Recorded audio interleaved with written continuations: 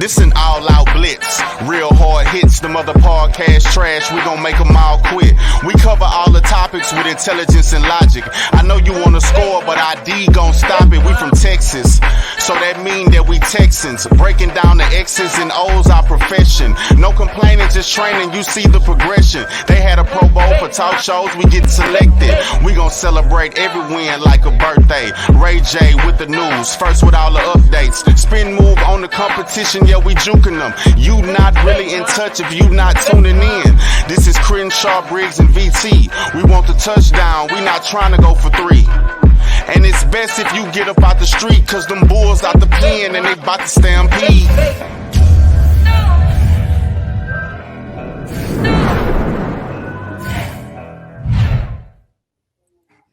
Hey everyone, and happy Labor Day. I'm your host tonight, Matthew Briggs. Watch us say today. As always, I have my amazing trio, starting off with Mr. VT. How you going, buddy? What's going on? What's going on? What's going on? And Crenshaw, you know what today is? It's Labor Day.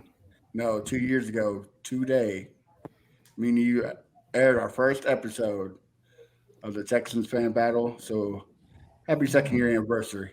Happy second year anniversary, man. That was a good segue right there. It was. And guys, to celebrate our second anniversary, we got 2 special guests. Let me introduce our first one. We got Mr. AD from the Houston Rundown. What's going on, bud? Much. How y'all doing, man? Thank y'all for having me.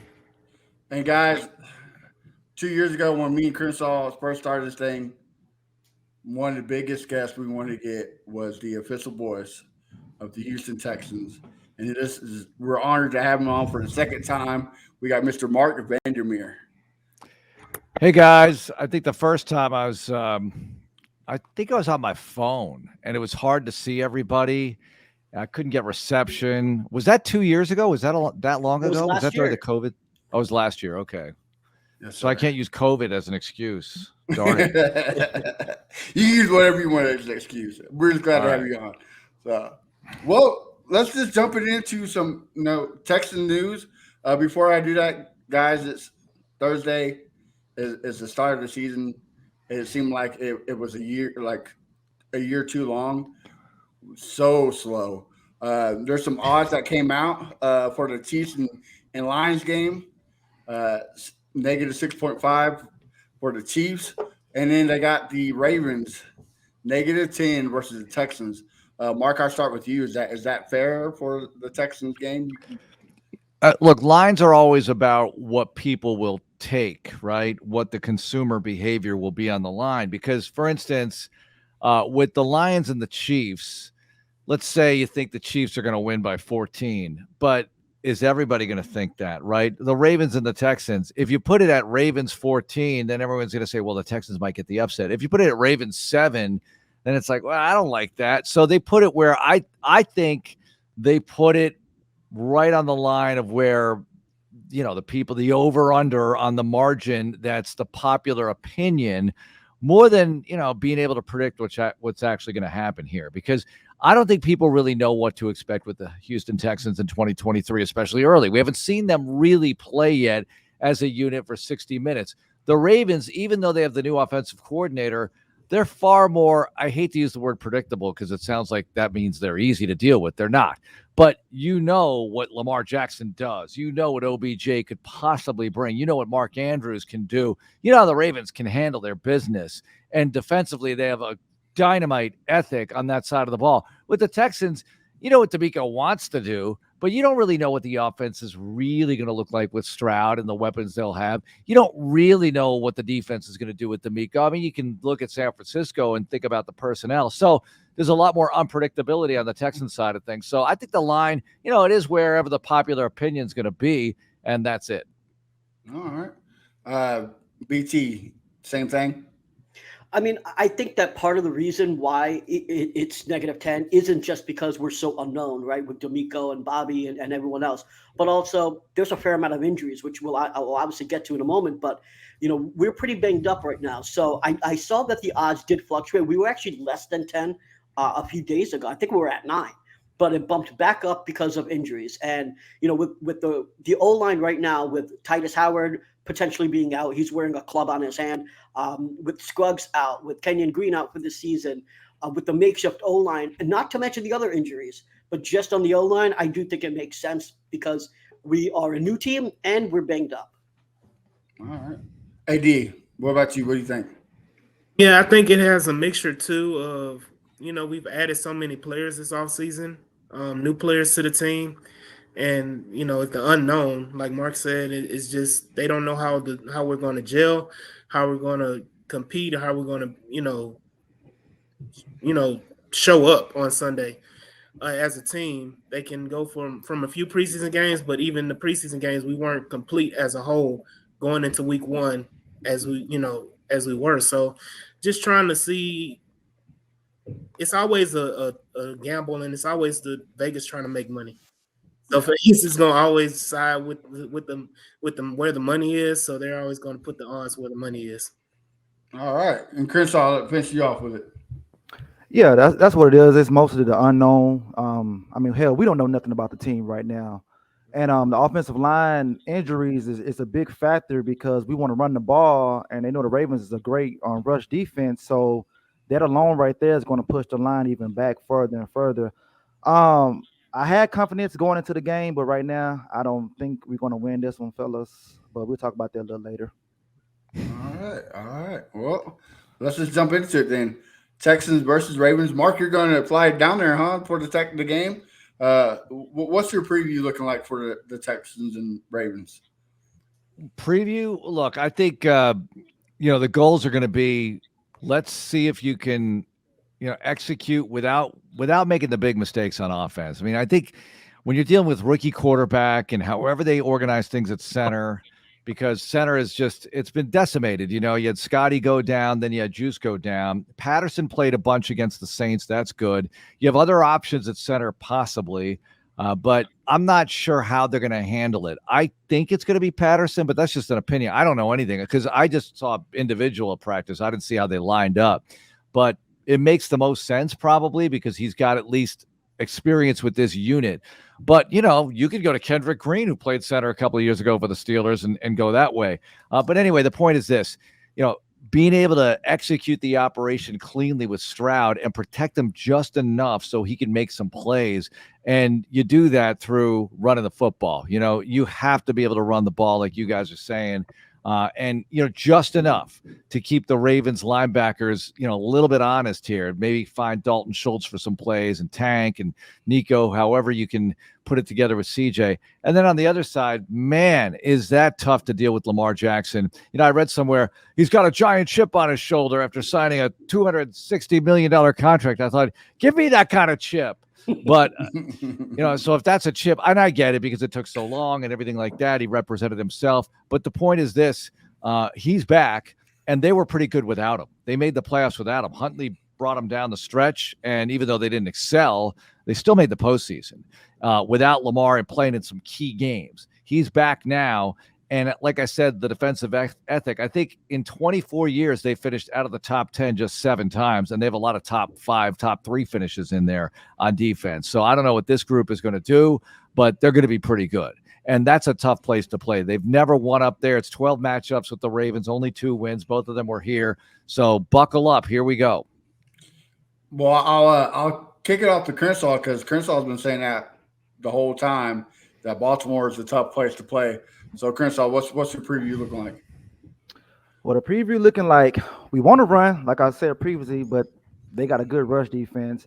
So we got to take some shots early since they secondary is all banged up, and we just can't be scared, man. I mean, this is CJ's first game out there. If he messes up, he messes up. Just take shots, man. Like keep them, make us unpredictable. And I don't want us to be predictable. I don't want us to okay, we know what they're going to do. Stack the box like they did last year on us. But I still don't see us winning this game. If we win this game, I'm buying everybody on this podcast, including you, Mark, a steak. Yes. It's not going to be well done. It has to be. It could be any No, way. well done. It could be anybody you want the steak. Well done, medium rare plus, like Lakiki said. So any way you want it, if we win this game on Sunday. So that's my take on it right there. All right. Well, BT, Mark said Lamar Jackson playing with the chip on his shoulder. Well, he hasn't played in like 280 days. So what's your preview looking like? Well, I think I mean that's actually right. That's on the money there. He could have a lot of rust in him. He's one of the 8 quarterbacks that didn't play in preseason. There's a new offensive coordinator. He is planning to throw the ball a lot more, and I think the chip on Lamar's shoulder is that everyone calls him a running back and not a quarterback, and he's like, I can throw too. And I think a lot of people just forget that he had the most passing touchdowns in 2019. They have selective memory. I do think the Lamar hate gets a little weird. I mean, he is a great quarterback, but I will say that he has had issues with inaccuracy. Now, we know also that Mark Andrews is a little banged up too. We don't know exactly why. People are speculating that it could be because he has diabetes and he hasn't been practicing, and because it doesn't look like he has an actual injury, like he's not on crutches or anything like that. Like he doesn't have a cast on. So they don't. So Harbaugh is saying that he's going to play week 1, but that is something to keep out for. So he's got new offensive weapons. He's got Zay Flowers. He's got OBJ, but OBJ hasn't played in a very long time either. And Zay Flowers is a rookie. So you've got a lot of new stuff, new offensive coordinator, new weapons, new system, all this stuff. So if there's a chance that we could take them on, it would be week 1. The real issue here is our injuries. We have O-line injuries, as I mentioned. Jimmy Ward has a groin injury. Christian Harris is hurt. I don't even know what the injury is for him. Blake Cashman is hurt. So, I made a joke of this on Twitter, like we need to keep a case of Toradol on the sideline because we're pretty banged up right now. And frankly, that is the big reason why I think that if we look bad, it's going to be injuries. I'll tell you what, though. I still think that D'Amico is a genius, a defensive-minded genius. And for the most part, I still think that we are going to show off our secondary. I think our secondary is still going to be incredibly strong. And I think that because Lamar's going to try to throw, particularly he's got to think, hey, it's the Texans. I can throw on them, right? They picked second in the draft. So I do think the coordinator and Lamar are going to think that they could take advantage of us. And I think that we might catch him off guard, particularly and catch 1 or 2 interceptions. Overall, right now, I mean, again, I'm not saying my actual prediction because I want to still say that for just a little later, but it doesn't look necessarily as good as it did last week. All right. And I'll finish with you, AD. What do you think? I think this is the time that the Texans come up and shock the world. I think the Texans is so many factors that I put in to this that the Ravens don't know what we're going to do. They don't know what we're coming with. They don't, they can predict, they can try to piece things together, but they don't have any clue of what we're going to bring to the table and the type of team that D'Amico Ryans is going to bring on Sunday. And like you said, V, they have so many questions. And correct me if I'm wrong, I don't think Lamar Jackson even played in the preseason, if I'm not mistaken. Nope, he did not. And just the fact that he's been, like you said, Matt, 280 days since he's actually played in an actual NFL game, whether it be preseason or regular season, is going to be a lot of adjustment. It's going to be a lot of adjustment. The fact that he didn't actually have actual game reps with the OBJs and the Tank Dells of the world. The fact that he doesn't have game action with Todd Monken, the new OC. Trying just, practice gets you so far, but live game action is valuable. And the fact that they haven't had that, I just feel like this is the Texans' prime opportunity to take this game and shock the world and be on top like we should be. Yeah, I agree with you. VT talks about injuries, which we are banged up, but the Ravens secondary is quite beat up as well. Yes. And I think we can export that, especially with Dalton Schultz, like Mark said, start the run game and then surprise him a little bit with Dalton Schultz. I'm agree with you, AD. Look, if to do time to do it, to surprise the world is week 1. It happens all the time. So why not start with the Texans? Do I see it happen? No, but will I like to happen? Yes. So we'll see. I would have felt better if we was at home on shocking the world than on the road. And are we going to have time to throw the ball down the field to exploit that secondary? So that's my issue right there. Well, let's get to D'Amico Ryan's press conference, he mentions the Wait, can injuries. I'm sorry, Matt. I need to just bring up 3 points before we get to D'Amico's press conference. And that's, all right. There's three things that we learned about preseason and the Ravens. One, the Ravens used 11 personnel 12% of the time last year, but in preseason, they're using it 60% of the time. That shows that they definitely are going to throw more, right? So we need to force Lamar to throw because we do have game wreckers like Petrie, out there, and Stingley, and hopefully Ward comes back with Nelson. Like our secondary, I'll say this before, I'll say it again. It's a top 5 secondary. We need to force Lamar to throw, and it looks like that's what they want to do. So, if we got a chance here, that's where it's going to be. It's in their secondary. Another thing, they passed 54% last year, and in preseason, it's 62%. It's just more data that's showing that they just want to throw. And here's the other thing. On first downs last year, they ran the ball 53% of the time. And in preseason, it's been 42% of the time. So again, they're showing less run. So what does that tell me? Well, they're going to run the ball less. They're going to pass more. And that's what we can take advantage from. Before we jump on, Mark, is there anything you'd like to conclude with all that? Well, that is good.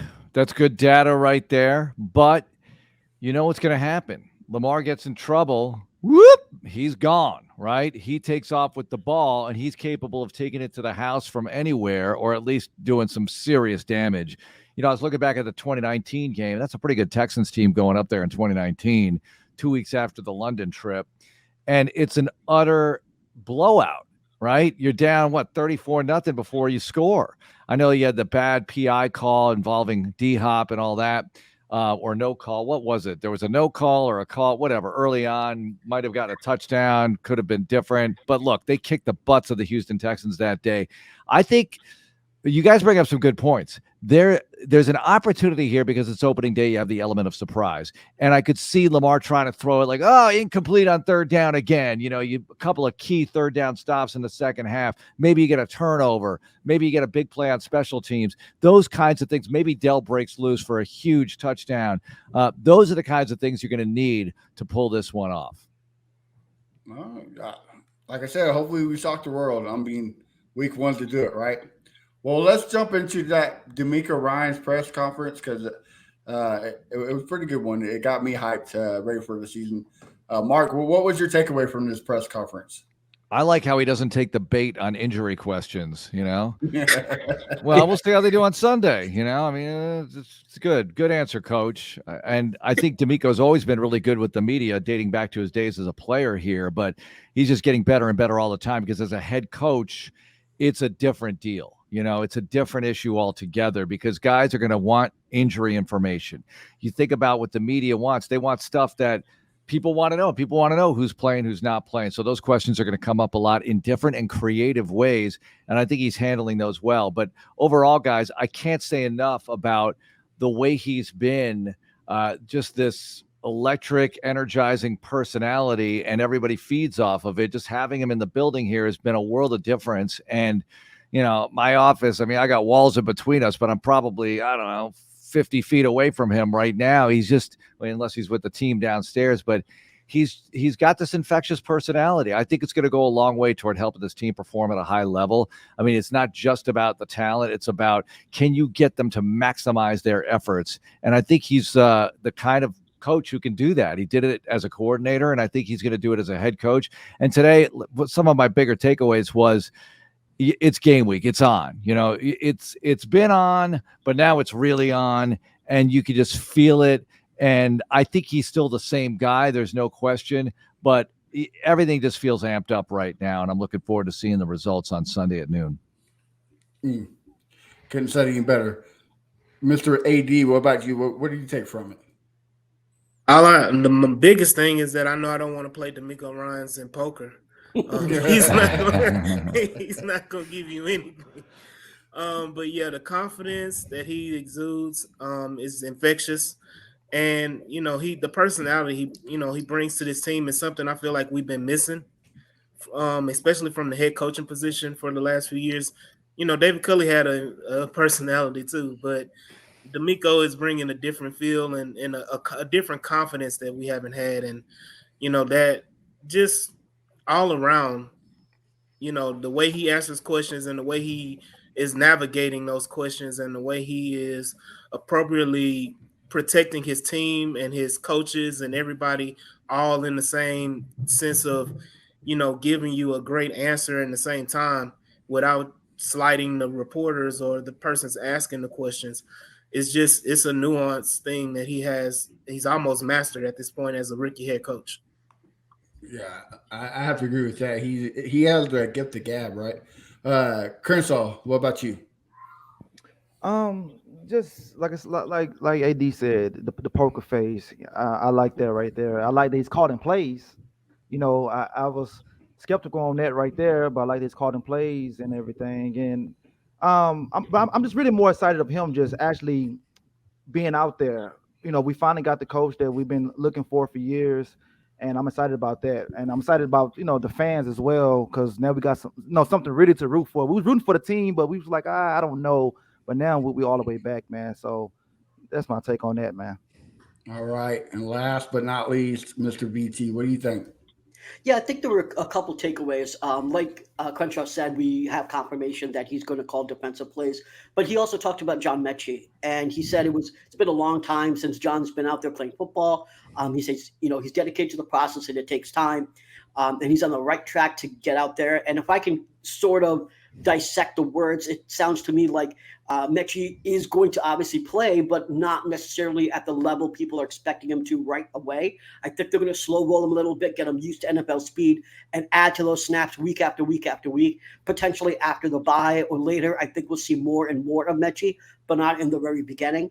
I also think that I love the way that he attacked the injury question. He said the team is not whining about the injury bug. Now, most of you, actually all of you except for Mark, because you're not just a fan, but all of you are in the Texans chat, and you know what people are saying, right? Like the injury bug is there, the injuries are a problem, and I am called, as complaining. Yeah, I'm complaining about it because I didn't want to have the injuries, but the team isn't, and that's what's important, right? The team has that next man up mentality. The team is saying we can still win this thing, and I think that's important. DeMeco Ryans puts a face out there of confidence, and the team definitely believes it. It's hard not to believe it when you listen to him. If you look in contrast to the other coaches we had, I know that AD, you mentioned Cully, but look at Lovie Smith. Lovie Smith actually got angry with the press when you asked him some of these type of hard questions, and you don't see that from DeMeco Ryans. DeMeco Ryans has a game plan, and he keeps his game plan the entire time that he's up there answering the press. And every single time he speaks, he actually does say something important. It's usually usually don't have a DeMeco press conference or like, I don't know what he just said. So I really do love listening to him talk. Agreed. I had to say the same thing. You're right, BT. The injuries are worrisome, but like they said, next man up. Every player knows that, so hopefully it's not a big concern. Mark, we know you have to leave here soon, so before we let you go, let's get your take on what is the big difference from the team from last year to this year, and what's your predictions of this game and the end of the season? I think the biggest thing is they have something they can really build with now with DeMeco Ryans and his staff. The players they've been drafting for the last couple of years under Caserio, good, obviously good base, and I know not everybody works out. I get it, but that's every draft, right, for every team. But I really feel like they're on their way. And I don't know how long it's going to take, but they're on their way. It reminds me of the beginning of the Kubiak era in many ways, because I felt like, all right, we got the right people here. And some of the people might change year to year. Very rarely staffs stay entirely together. But you got the head guy here, and you got a GM who can pick good players. And I think that it's going to grow in the right direction from here. The last couple of years felt like, because they were one-offs as they turned out. Cully, great man. Lovey's a coach who's won a ton of games in this league. We get it. But this start is a guy in a position where he can build in the city, in the community, grow it all the way up, take as long as you need. Now, look, we all want it to happen tomorrow, but I think, we're going to see the progress and the process and all of it unfold together. And I'll be shocked if they're not a lot better than they were last year. I thought they'd be better than they were the year before last year, but clearly they had trouble finishing games and, getting over the hump in the fourth quarter. Those are the things I want to see. Let's see, I expect the record to be better, but at the very least, I want to see some of those games where you're right in it in the fourth quarter. You make the big plays. You make the big stops. You get the big first downs and the big maybe game-winning field goals or the go-ahead touchdown and hang on to that lead. Right. Those kinds of things instead of what happened in Chicago and Denver and Kansas City, even in Dallas, and some of those games where I just named 4 right there that were coulda, woulda, shoulda wins, and you didn't get them. I want to see those moments, them close out in those moments, and I think they have the right people here to do it. The talent is better. The coaching staff is together. There's a togetherness, and I can tell you this, in this building, it's never been this together between ownership and football ops and business ops and everybody working in concert. It's thanks to the McNairs and everything they're putting together here. So we're all going in the right direction now. It's a matter of how long it's going to take to get to the promised land. But as I said, we'll all be here watching it together. I love it. I love it. And on Sunday, what's your prediction? Okay. I don't have I don't predict scores, right, but I'm going to say this. They're going to be in this thing in the second half. That's what I want to see because, and I want to see them make those plays. I want to see them make some of those plays. Now, look, Lamar Jackson, he could come out of the phone booth as Superman, having not played for 280 whatever days it's been. But I want to see them in the second half and making this a hotly contested affair and just win or lose, put the world on notice that the Texans are better in 2023 and then come back and beat the Colts because I hate them like poison. And that is huge. It's a monumental game, the home opener in the division. So win or lose against the Ravens. I mean, that Colts game is colossal. Anyway, that's how I feel about everything. Well, we love it, Mark. Thanks again for coming on. We know you have to get going. So we want to say thank you. And why don't you tell everybody where you can find you on social media and what you got cooking? At Texans Voice on Twitter, but follow us on the Texans app, and we got all the shows. And starting tomorrow, we've got ND Kalu hosted a player show at 6 on Texans Radio, Sports Radio 610. ND's going to be a bigger part of what we're doing here every week, so you're going to be hearing him a lot. We're going to have more reporters on, and love to come on again at some point with you guys. And we've got other people who would love to come on as well. So you guys do a great job, and I'm really appreciative of you having me on today. Well, we appreciate it. Thank you so much. Thanks, Mark. When you walk by Coach's office, tell him we said hi, all right? I'll certainly do that. I'm going to go over there right now. All right. You have a good day, Mike. All right, take care, guys. Mark. See you. Bye. All right, fellas. Mark is definitely one of the best people in that building, I got to say. Right. I mean, since he's been here since 2002, right? So glad he's the voice. Before we get on to NFL news, let's finish off the conversation. Game predictions. I'll start with you, VT. What's the prediction? What you got? So my prediction is that we'll lose. I don't think that we will win this game, but I do think that we will see some really awesome plays from CJ Stroud. He's going to be under pressure. We know that. Their linebackers are insane. I'm expecting them to blitz. I'm expecting them to blitz right in the interior. They know that's the weakest part. So we're going to have to see CJ deal with that pressure. And I'm going to say that we're going to see some similar Georgia game, like what we saw when he played Georgia, some of that fantastic footwork, some of where he had to throw receivers open. I think we're going to witness some of that. What I also think we're going to see is we're going to see Will Anderson put up freaking pressure. He's going to put up the pressure, and hopefully he can put enough hurries and hits on where either Petrie or Stingley or Ward or Nelson can actually get the ball back to the offense. That's what I want to see from the quarterback, and that's what I want to see from the defense. In terms of just win and loss, listen, it's the first game. We're battered up, so I'm not expecting us to blow out the Ravens or even win. But there's still things that we can look forward to because Week 4 we know that Scruggs is coming back. We know that Howard is gonna come back. If he doesn't play this game, he'll be back soon enough.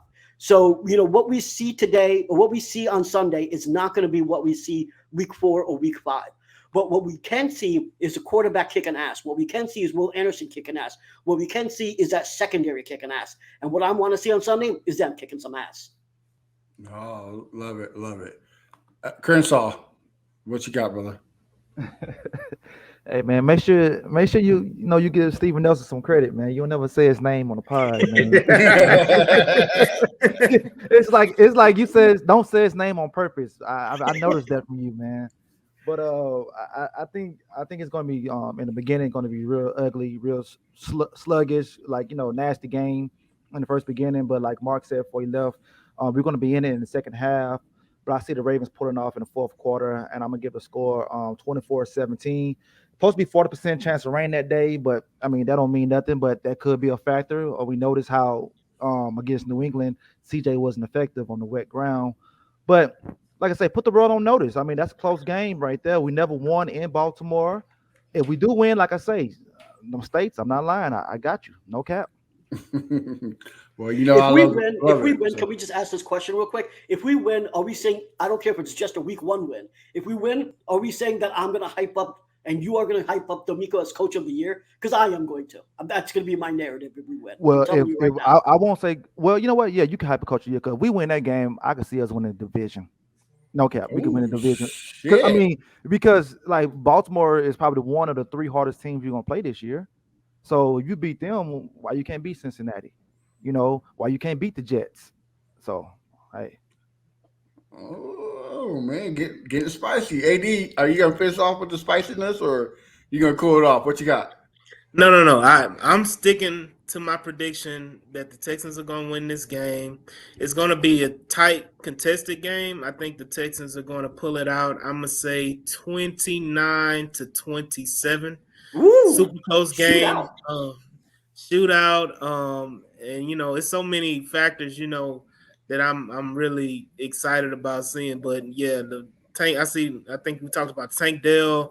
It's probably going to be a major factor, especially in special teams. I think that is going to be a factor. Baltimore has notoriously been great at special teams, but I think this year we may have an advantage on the special team side that may get us over the hump as far as field position and everything like that. And then, Baltimore, I just don't. I think they're going to be missing something. They're going to be missing something, especially on defense in their secondary, like VT said earlier. They're shorthanded, and I think even if we don't beat them deep, and I know that the pass rush is a factor with Baltimore, I just think that we're going to hit them with the quick passing game, and that's going to march us down the field. And we haven't talked about it today, but Dameon Pierce is a factor on this team, and Dameon Pierce is going to be an influential part on this offense, especially on Sunday. So Texans. Okay. So AD, you said we're gonna score 29 points. So what's gonna be CJ stats for that game? CJ is going to be around between 270 to 300 passing yards, 2 touchdowns, and no interceptions. I don't think he's going to throw an interception. Okay. A nice clean game. I like it. Nice clean game. Okay. I like how you mentioned that Dameon Pierce is going to be a factor. Kersaw's going to love this one. I think Devin Singletary is going to be a factor because, like BT, like BT said, it's a rookie quarterback. It's going to be rain. What are you going to do? You're going to blitz. So what do? You give the screen to the best catcher running back wise on the team, and that's Devin Singletary. I think Singletary is going to have a good, almost 100 yards receiving. So that's how you beat the blitz. I say it's going to be a close game, 17-14. I'm going to say the Ravens. But I think you're right that Singletary is going to be great in the passing game, but when we're talking about yards on the ground, I think they're going to run Dameon Pierce 25 carries. I think he's going to just slam. Well, yeah, I get that. Right. That's what you should do, right? But I'm just saying because listen, he can get yards after contact, right? This is the thing that I keep preaching. That one of the reasons why you gotta love this guy is because if there's no gaps open, he makes gaps open. He will run through the tackles. He does not give a shit. He's getting his yards. And you need someone like that when you're in a situation where your line is messed up, where you got a rookie quarterback, where you got a rookie head coach, an OC, and all this stuff. He is the solution to being able to open up the passing game at all. So Dameon Pierce is going to be incredibly strong this game. Plus, if you got him in fantasy, start him. start him this game. I'm not saying he's not going to have a strong game. I'm just saying that Devin Singletary is going to be the key factor to help CJ Stroud to beat the blitz, because that's how you beat the blitz. It screens. And plus, I mean, you want Dameon Pierce catching the ball for a check down, or do you want Devin Singletary? No, I want Singletary catching, but I want Dameon Pierce running the hell of that ball. Right. So, Chris got to look on his face. So, look at him. No, I would just like you say. I mean, the only way I would tell somebody to start Dameon Pierce Sunday if I'm playing against him in fantasy.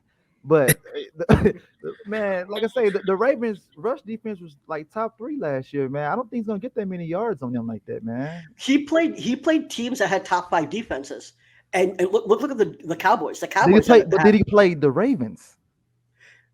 Listen, the Cowboys, they were top 5 rush defense, were they not? Yes, right? But he didn't play the Ravens. And he still had like 70 yards on them. He got hurt that game, but he still had like 70 yards. So, I mean, listen, he plays against teams that have really good defenses on the rush, and he still gets his yards. Actually, the Jaguars was ranked number 8 in rush defense, and his most memorable run was against the Jaguars. I mean, he has played some good. The Cowboys had a good run defense. And he cooked them. So I mean, well, look, like I say, I'll be if he get 90, I'll be shocked. If he get 90, I would say that he's at least having 60 yards, if not more, on Sunday. Because last year, Singletary only had like 49 yards against the Ravens last year. So I mean, but okay, we're gonna see. One thing I want to bring up that Matt brought up, and he was talking about the screen game. With Devin Singletary. Another part of the screen game that I don't think that we are really talking about is the tight end screen game with Dalton Schultz, and using him as a weapon and a factor to get down the field and to counter that blitz action. So I really think that he's going to play a major part as well. I also think they're going to use I know everybody hates calling Tank Dell a gadget player, but I think they're going to use Tank Dell as a gadget player in the screens and reverses to help with that pressure from the blitz. So, yeah, I think you're right. Dalton, Tank and Singletary be guys to help out with the blitz. So, but I have to agree with BT on this one, Crenshaw. We can't let that go. Look, the thing that hurt Dameon was the play calling, and those guys are gone. So this is the year where he's going to cook, and I think I don't think he breaks out for 100, but I think he gets at least like 80 yards in the TD, and that's serviceable for a running back these years, right? It's a passing league. No running back gets 80, 90 yards a game anymore, unless you have like Henry with 50 carries a game. I'm going to disagree with all y'all. I think that he's going to get over 100 yards just because I feel like the Texans are going to be committed to the run. And, which is different than what we've seen in the past, that the Texans kind of go away. That's another one. Boone is another backup running back. But I think that Pierce gets that just based on the fact that they've been talking. We've heard them talk about it. We've heard them kind of show it and kind of be consistent with it. Is running the football. And I think that if you have the right personnel on the offensive line, don't know who they're going to bring in to start. It's still kind of a confusion. But if you put in the factor of Shaq Mason as your starting guard, they're going to be running a lot to the right. And we saw that in the preseason a lot. When they ran the ball, they ran to that right side, Shaq Mason side, and he was just getting to the second level and pushing the pile. I want to actually get your thoughts, AD, in a moment about who you think will actually be starting the O-line. But before you do that, I want to agree with you on your Dameon Pierce stuff, because I'm saying at least 60 yards for Dameon Pierce. But the reason why I would start him in fantasy, not besides that I just want him to obviously do well as a Texans fan, but he is going to be getting those carries, right? Like, I understand there's Boone there and there's Singletary there, but Boone will probably get maybe 5 carries if he's lucky. Singletary won't be running that much. I would say he's only going to get 5 carries. Now, in terms of, pass catching ability, that's a different story. But actually running the rock, it's all Dameon Pierce. It's a Dameon Pierce show. But yeah, let me ask this question since we're talking about it. What's everyone's projections on who's starting for that O-line on Sunday? For me, I think I'm gonna start left to right. I think that Tunsil at left tackle. Of course, I think that we would start Jones. I think that's his name. Josh The Jones. Josh Jones at left guard. I think Dieter will be the starting center. And then I think of Shaq Mason and then Noah Fant, not Noah Fant, George Fant. George Fant at right tackle. I think that'll be your starting offensive line. I think they bring Dieter up he's on practice squad right now, right? Yeah. I think they bring him up as an elevation and they start him week 1 and they put him next to Josh Jones and Tunsil and Fant on the outside. So that's a discussion that me and Matt were having last night because I think that they should start Dieter at left guard, but you and him seem to agree that Dieter should be center instead of Patterson. Do you not think that Dieter is a better left guard than he is a center? I think that Dieter is a better center than Patterson is right now based on his experience in the NFL. Okay. Not necessarily the offense because Dieter has a little bit of familiarity with the offense, being coming from the Dolphins, but just the fact that Patterson is a rookie, still trying to learn the offense, still trying to learn the game, the speed of the game of the NFL. I would rather put a veteran out first before I subject Patterson, the rookie, to fire against a tough Baltimore defensive line. Okay. Yeah, see, and that's why I was saying last night, VT. Like, it's not that I don't trust Patterson. Either one's fine with me. You put Patterson or put Dieter, it don't matter. But Dieter has more experience in game time to Patterson. And when you're going up against a Baltimore defense, that's what you want is experience. Because in a fantasy land, I would like this. I would like Patterson at center and Broker at left guard. But I want the guy who can protect C.J. Stroud the best. That's what I want. Whatever combo D'Amico Ryans thinks that's the best, then that's what I want to see. I mean, the only reason that I wouldn't want Broker right now is a Broker or Brooker, whatever. But the issue is that, listen, the O-line is the only group really that you need the best amount of chemistry. And I'm hesitant to start a guy that you just picked up last week. That's the biggest issue that I have for starting Nick Broker as opposed to either Dieter or Patterson. Like that's the big issue. That's why I said in the fantasy land, right? I mean, yeah. No, I hear, and I completely agree there. So now the question is, like, we were talking about George Fant or Josh Jones at right tackle. What are the chances? Do you guys think that Titus will start at right tackle? Do you think it's dead, or do you think there's still a chance that he'll start week 1? Crenshaw, we skipped you, so go ahead. No, it's all good. Well, I think if he wouldn't gotten paid, he would have been starting this week. But since he got paid, his ass ain't playing. his ass ain't playing. So he got his bag now. So he's like, I'm gonna sit this one out. Well, I honestly, he just got moved day to day, so I'm gonna say he's gonna start. A good Ravens defense. Like I said earlier, you want to keep C.J. Stroud upright. Who's better than have Tyus Howard out there? I know it you're against it in the chat with me and Crenshaw, but there's been many players who played with a broken hand and that cast with a club at Service All Pro. Yeah, at Service Bowl, I can see it. I can see it happening. And plus, like you said, I think they're going to run a lot of plays, so it won't affect them too much. So I think Howard plays.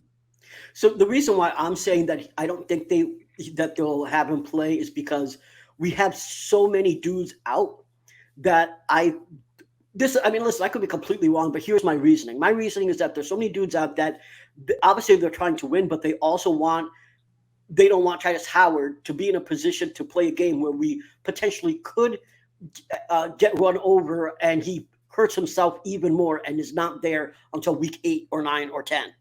And if we had a mostly healthy team, I could see them saying, go in there. Let's see, we can probably win this game, or we can do our damnedest. Now I don't know so much because, at that point, if he re-injures that and he's out for 8 games or 10 games as opposed to 3 or 4, that's a huge, huge risk. I would take that risk if the other dudes were healthy. So that's my reasoning. Here's my question to you. Would you rather see him get a little bit banged up or CJ Stroud out for the season? Obviously, I don't want to see CJ Stroud for the season, but I don't listen. I don't like Fant at right tackle. Like I don't like him at right tackle at all. I'd rather have Titus out there. I'm trying to think. I get what you're saying. I get what you're saying, and I 110% agree with you. But we're playing the Ravens. That's the only reason why I want Howard to play. Like the first 3 games, who has the best pass rush of the teams we playing in the first 3 games? The Ravens. So you want him out there, then you could put Fant on the left side, and we could do it like that. I mean, it's not impossible for him to play with that cast on his hand. I mean, he might complain about it, but he'll be all right. Kobe played with broken fingers, so he can do this right here. You don't have to play him every snap, right? Like you can have him on the snap account, like have him in every. And I agree with Royal. Royal's been on fire today. Josh Jones, I would love him at tackle over Fant. I wouldn't mind him at guard. Like I liked him at Houston. I think he's a low key good pickup for us. But yeah, I think a snap count with Josh Jones would be great. But even with Fant, a snap count, keep him in there, especially to keep Howard up. AD, I see you. Yeah. Yeah, I wanted to comment, man, because I'm thinking I just took a look at the Ravens' defensive line. Their pass rush comes from 2 places: interior and their linebackers. Their pass rush, they don't have any edges or anybody on the edge that scares you or makes you be like, oh, we gotta have Titus. Yeah, CJ Stroud, you want to protect CJ Stroud at all costs. And that idea with Josh Jones, hell, starting, if you want to start Dieter at left guard and move Jones to right tackle, if you're not that confident in Fant, then do that, and then, Patterson, Dieter, Fant on the end. But, if it's my biggest fear is that you put Titus out there, he re-injures himself, he's on IR again, he's out for another 4 weeks. Now you have to go through the heart of your schedule, and you're not expecting Titus to come back to after the bye week. Right. In week 8, now you miss your right tackle for basically half the season instead of just having him miss 1 or 2 games. And see what AD said exactly about the pass rush is what I've been saying. Like it's coming from basically 2 linebackers. That's why I think they're gonna. That's why I'm saying they're gonna blitz, and they're gonna blitz right at that interior, right? Rush with 5, use those linebackers to get after the quarterback, because AD is 100% right. Their edges ain't all that. Right. Well, they're the linebackers though are Smith and Queen, or who play the outside, so they're going to blitz a lot on the outside too. So you're going to need a good tackle here and there. So that's why I'm saying do a snap count. But again, you want what's best for your rookie. I mean, I get what. Look, it's tough to say. I get what y'all saying, but if he's out there practicing and he's good to go come Thursday, come Friday, then yeah, you put him out there. Yeah, right. But if you're a little worried, then no, you take him out. But I like that lineup right there. Perfect. Mm-hmm. Yeah, I mean, if he's available to play, and he's willing to play and he's ready to go, he knows his body better than the doctors or we would know. So if he feels like he's ready to go and 100, close to 100%, Titus, have a day. So by you saying, by you saying, he said Clowney, man, that don't scare nobody. I know, right? So by you saying he knows his body more than the doctors, so you think that was the issue with Kenyon Green? He knew his body as well, or that's another? He thought. Oh, he thought. He thought he knew his body, and his body said, "No, brother." I think that was more a miscommunication on the trainers and Nick Casario than it was Kenyon Green saying, "I know my body." Like I think Nick Casario and the trainers dropped the ball tremendously on the Kenyon Green situation. I think he should have got that surgery and then plan ahead for the season back in May instead of, oh, shit, what are we going to do now? It's only a week away from, the start of the season. What are we going to do? So I trust Howard more than I do the Kenyon Green situation, but who knows? Yeah, I mean, I do have to say, like, Kassir really screwed up on the Kenyon Green situation. Like, you had 4 months to solidify that position, and then you wait, till pretty much the last minute when you're scraping the bottom of the barrel trying to grab someone when you already knew 4 months ago that Kenyon Green would likely have surgery and be out for the year.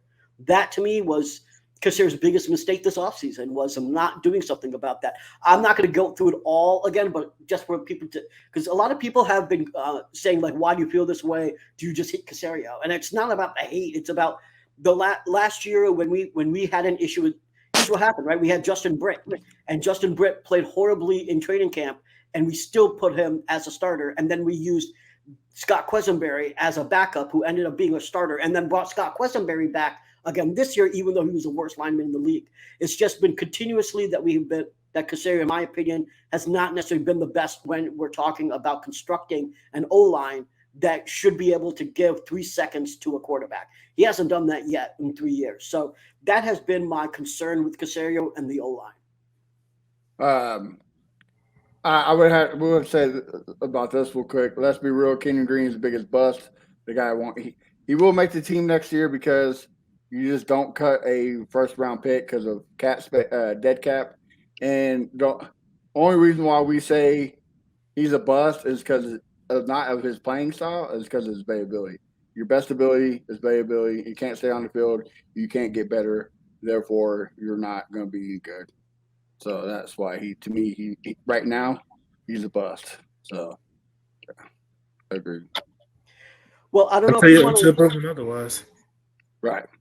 Mm-hmm. What were you saying, BT? Oh, I was going to say, so, I mean, I'm pretty decent on this part. I don't know if you guys want to wrap it up with NFL news, or do you want to keep going on?